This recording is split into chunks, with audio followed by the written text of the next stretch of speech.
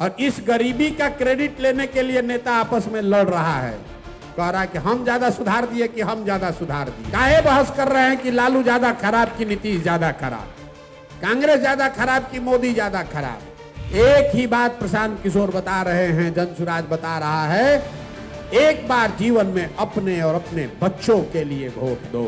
जो हम लोग बता रहे हैं कि गरीबी से निकलने का 3 ही रास्ता है, नौकरी, खेती या व्यापार।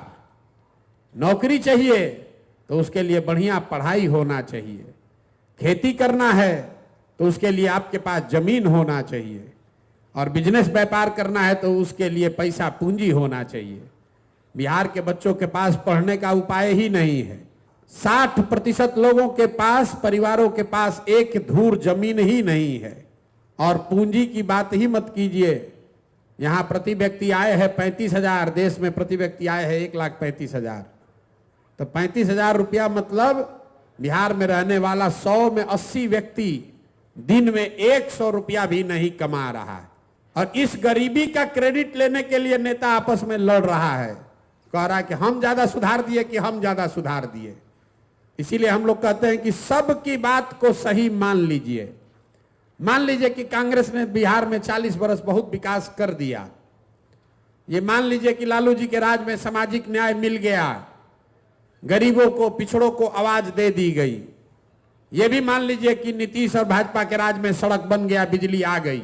अगर ये तीनों बात को, तीनों लोगों के बात को सही मान भी लिया जाए तो भी कोई दुनिया में इस बात से इनकार नहीं कर सकता है कि देश का सबसे गरीब, सबसे पिछड़ा, सबसे ज्यादा अशिक्षित, सबसे ज्यादा बेरोजगारी वाला राज्य बिहार ही है।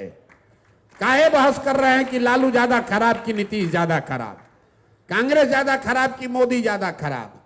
हम तो कह रहे हैं कि अगर सबको सही मान लो तो भी हम लोग की हालत सबसे ज्यादा खराब। इसलिए यह व्यवस्था बदलनी चाहिए। बदलनी चाहिए कि नहीं चाहिए? चाहिए कि नहीं चाहिए भाई बताइए। यही तो बात आपको सीखना है। पीके की बात क्या है? यही बात है। एक बार जीवन में आपने जाति पर वोट दिया, आपने विचारधारा पर वोट दिया, आपने दलों को वोट दिया, आपने व्यक्ति को वोट दिया, आपने चेहरे को देखकर वोट दिया।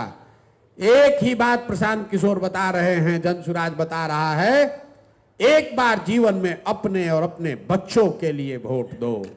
अपने बच्चों के लिए वोट दो, लालू जी के बच्चे के लिए नहीं, नीतीश के लिए नहीं, राहुल गांधी के लिए नहीं, मंदिर के लिए नहीं, मस्जिद के लिए नहीं, 5 किलो अनाज के लिए नहीं, गरीबी खत्म करने के लिए।